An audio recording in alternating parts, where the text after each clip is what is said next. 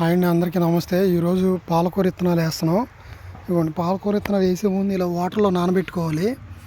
ఒకరోజు మొత్తం ఇలా నానబెట్టుకుంటే మొక్క అన్నది స్పీడ్గా వస్తుంది. వాటర్ కూడా ఎక్కువ పెట్టాల్సిన పని ఉండదు.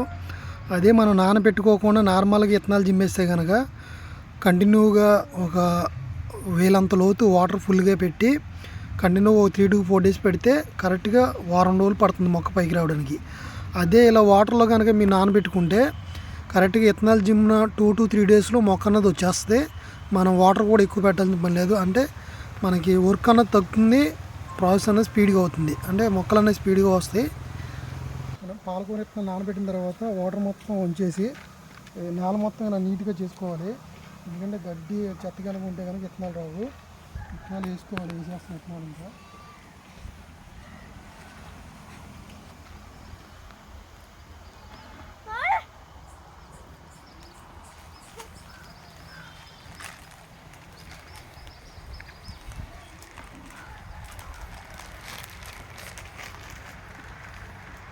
విత్తనాలు కూడా ఇవి పాలకూర అంటే ఎండ తక్కువ తగిలి నీడ ఎక్కువ ఉంటే కనుక స్పీడ్గా వస్తాయి. ఎందుకంటే ఎండ కూడా దగ్గర దగ్గర 40 degrees వరకు ఎండేస్తుంది. ఎండకి మొక్కలు కూడా రావు. అందుకని ఇలా చెట్టు నేను వేసుకుంటే ఆకు కూడా నీట్గా ఉంటుంది, మొక్క కూడా స్పీడ్గా వస్తుంది.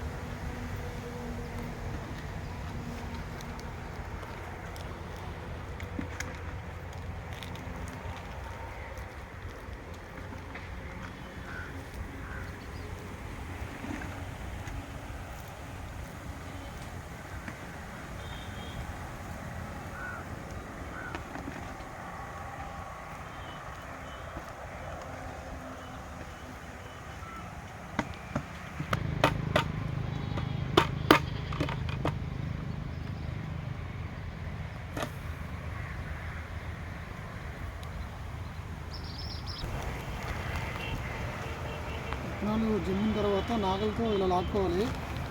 అంటే ట్రాక్టర్తో దున్ని లోతు వేసుకోకుండా చిన్న నాగలతో ఇలా లాక్కుని వాటర్ పెట్టేస్తే కరెక్ట్గా 3 రోజులు మనకు వచ్చేస్తుంది. మనకి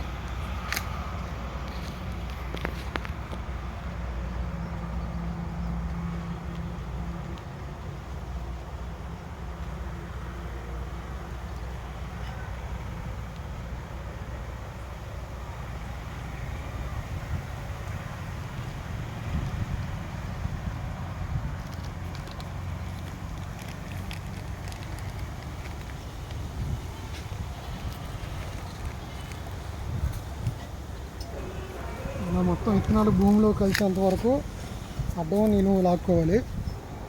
లాక్కుని వాటర్ పెట్టుకుంటే కరెక్ట్గా ఆల్రెడీ విత్తనాలు వాటర్లో పెడుతున్నాయి కాబట్టి 3 రోజులు మనకి మొలకొచ్చేస్తుంది.